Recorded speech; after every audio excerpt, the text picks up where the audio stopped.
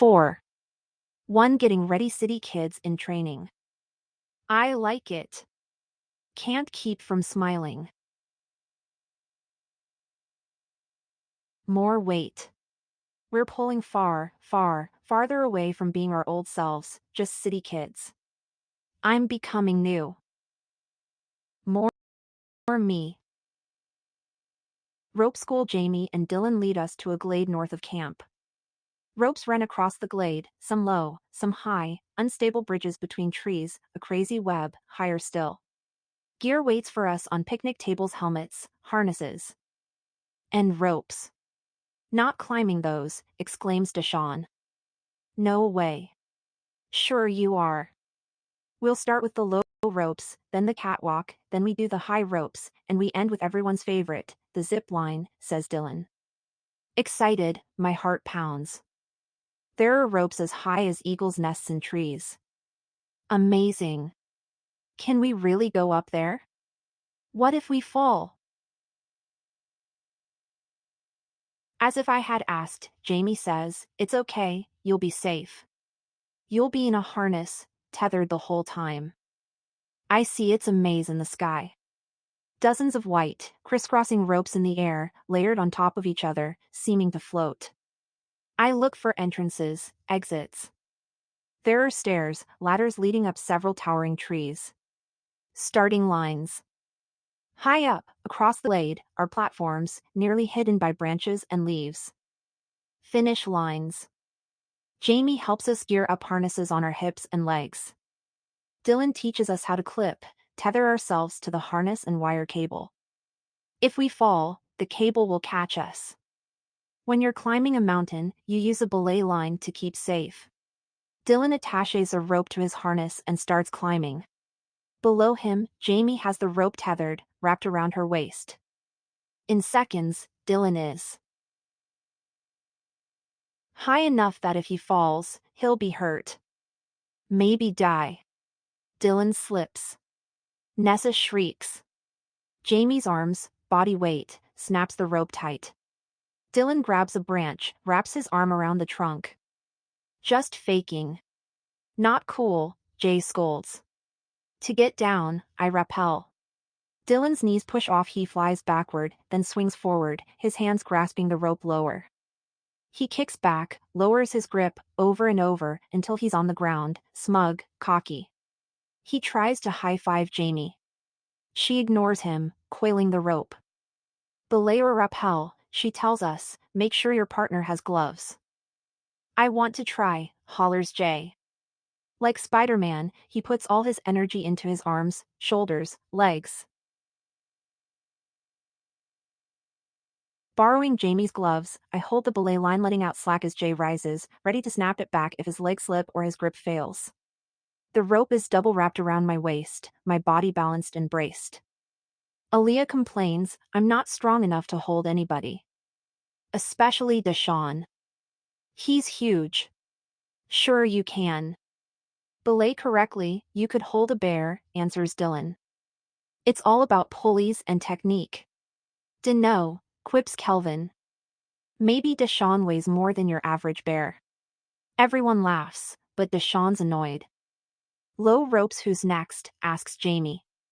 Me, shouts Kelvin. 10 feet above ground, there's a rope bridge stretching upward from one platform to another, higher platform, across the glade. The trick is to hold the rope on your left and right while stepping over gaps onto wooden slats. Jamie checks Kelvin's tether is attached to the safety cable. Kelvin is a wizard, practically running across the bridge like it's nothing. He doesn't once look down. Deshawn clutches the ropes, almost tiptoeing from board to board. Halfway across, he slips. The tether catches him. Through the slats, his legs dangle in the air. No one laughs. Come on, Deshawn, you can do it, calls Kelvin. It's my turn. I step onto the bridge. It moves, feeling elastic as I move step by step. Strange, the bridge swings not only forward and back, but also side to side. Clutching the ropes, I start to feel the rope's rhythm. With each step, the motion feels almost circular. I relax my body, flowing with the movement. Catwalk okay, that was the warm-up, says Jamie. This will be harder. You need balance. We're 20 feet up now. A huge log, with no ropes to hold onto, stretches between trees. If you fall, your hook and cable are the only salvation. It's like a balance beam, says Nessa. I'm good on balance beams. I believe you, says Jay. But a gymnastics beam is only 3 feet off the ground. I'm safe. Nessa flashes a huge smile. Then, better than a cat, she dances across. My turn. I spread my arms to balance. It's not that hard, if you look straight ahead. Look down and it's terrifying. Jay slips from the catwalk. Mad, he has to pull himself up onto the log.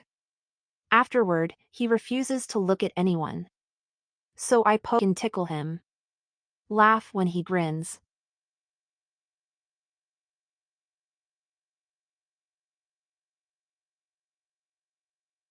High ropes nearest to us on the ground, there's a tree with a ladder. I crane my neck to see the platform at the top.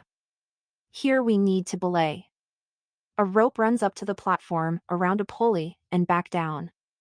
One end of the rope attaches to the harness, and one of us tethers, holding the other.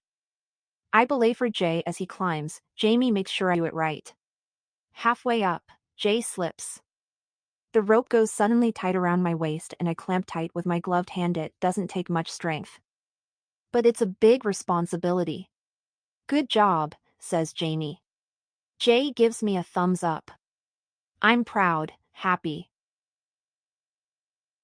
Once we've all climbed the platform, rope webbing spans the sky like a huge spider web. We must be 100 feet above ground. Climb across, Dylan dares. I look across the glade at the hills beyond the camp, the tops of evergreens rolling into the horizon. A breeze stirs the treetops. I expect to see eagles but don't catch sight of any. Maybe we're the eagles now? Jay and Kelvin crawl across like spiders. Then Aaliyah and Nessa, less smooth, but still proud, cross. You're next, Deshawn, says Dylan. Breathing shallow, quick, Deshawn leans against the tree. He won't move. Come on, Deshawn, urges Dylan. It's easier than the catwalk. But the catwalk wasn't this high, I think. Deshawn doesn't speak. Hey, I say. Maybe we need a water break?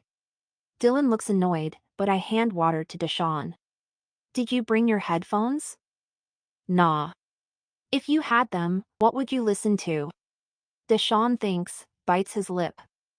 Old Town Road, definitely. You serious? Deshawn nods.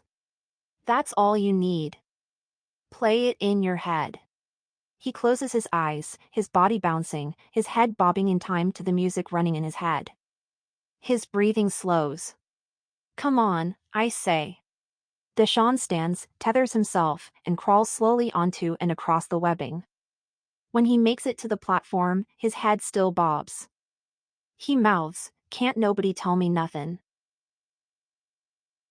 Zip line the last platform, the final exit from the maze. A cable stretches down far beyond the glade, through the trees and into shadow. The zip line doesn't take any skill or work, you just clip and soar. Okay, says Aaliyah, standing on the platform. I'm going. Except she's not going. She's stuck. Fear won't let her move. You can do it, encourages Kelvin. Jay winks at me. Teamwork. We've all got to be successful. Follow me, Aaliyah. Already in my safety harness, I step in front of her. I click the metal bolt to the link on my chest. Jamie double-checks the locks while Dylan checks Aaliyah's gear. I don't know why I'm not scared. It's exciting, high in the air. I turn, squeeze Aaliyah's hand. Then, arms wide, I step off the platform. I'm flying, my body light, sweeping through air. Looking down, I see crevices. I'm unafraid. I won't fall. I'm flying like an eagle. Breathless, I get to the other side. Come on, Aaliyah, I yell. Tentative, Aaliyah steps off and zooms, screaming. I'm going to die. My arms grab her, unhooking her from the zip line. She bursts into tears. It's okay, Aaliyah. Sniffling, she nods. Aaliyah, beyond scared, followed me. An ache starts in my stomach. I'm not sure why, but I'm uneasy. I miss Monty, she whimpers. Who? I guess Monty must be the boyfriend. You can't go home, Aaliyah. We need you. Kelvin will miss you. Okay. Aaliyah wipes her eyes. I'm not like you, Addie. Not at all. Worn out, she climbs.